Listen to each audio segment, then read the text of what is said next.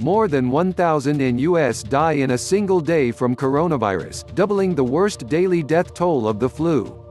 The U.S. topped 1,000 coronavirus deaths in a single day for the first time Wednesday, a daily death toll more than double that of two of America's most deadly illnesses, lung cancer and the flu. Death counts from the virus are difficult to keep up to date, but the Johns Hopkins coronavirus database, whose sources include the World Health Organization, the U.S. Centers for Disease Control and Prevention, the European CDC and the National Health Commission of China, shows that the U.S. hit 1,040 cases Wednesday at 10:25 p.m. Eastern Time. Since the virus' first appearance in the U.S. in late January, 5,116 people have died and more than 215,000 have been infected. The previous high mark for a single day in the U.S. was Tuesday, with 504 deaths. Some researchers say the daily death toll could more than double, to 2,200 or more, by mid-April. That figure would eclipse heart disease, the nation's no. One killer with about 1,772 deaths per day, according to the CDC.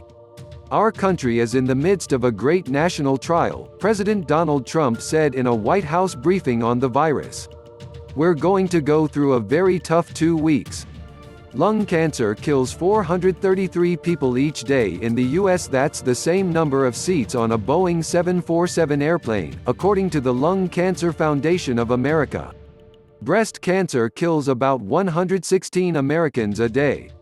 The flu, a chronic killer that the nation has come to expect in yearly cycles, and the reason millions of Americans get flu shots, killed an estimated 508 people per day in the U.S. during the 2017-18 flu season, the nation's worst in the last decade, according to the CDC.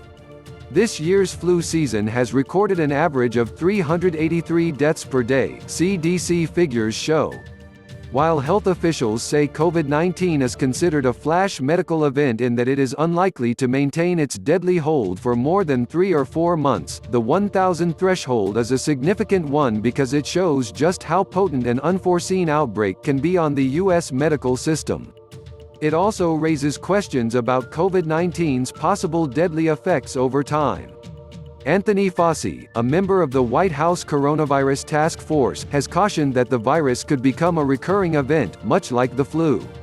He said that the U.S. needs to get ready for the next cycle, possibly to occur in the fall of 2020.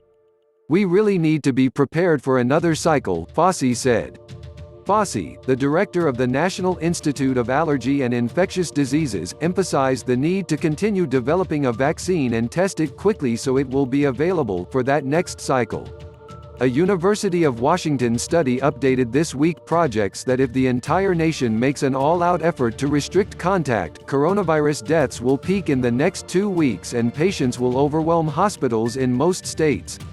Nationally, the University of Washington model predicts a peak daily death toll of 2,214 in mid-April, and a total of 84,000 Americans dead by the end of summer. That's more than twice the lives claimed during the 2018-19 flu season, which killed 34,000 people, according to the CDC. But that figure represents the model's most likely estimate. The range of scenarios spans from 36,000 COVID-19 deaths to more than 152,000, according to the research team led by Christopher Murray, founder and chair of the University of Washington's Institute of Health Metrics and Evaluation. As many as 240,000 Americans may die from the new coronavirus according to estimates released by the White House on Tuesday, a grim prediction that influenced President Donald Trump's decision to extend social distancing guidelines. The daily coronavirus death toll likely won't dip below 100 before June 11, the study predicts. Coronavirus symptoms can be confused with that of the flu and, indeed, the two viruses have similar effects. Tracking the flu has been equally troublesome for health officials. The CDC says the burden of influenza disease in the United States can vary widely and is determined by a number of factors including the characteristics of circulating viruses, the timing of the flu season, how well vaccines are working and how many people got vaccinated. Health experts say the future of the coronavirus depends on such factors as whether humans develop increasing immunity to it and whether an effective vaccine is developed. If neither occurs, the virus will likely continue to circulate and establish itself as a common respiratory virus like the flu. The CDC estimates that the flu has resulted in 9 million to 45 million illnesses, 140,000 to 810,000 hospitalizations and 12,000 to 61,000 deaths annually since 2010. Contributing, Katie Weddle, Aaron Mansfield and Dinah Pulver, USA Today Network.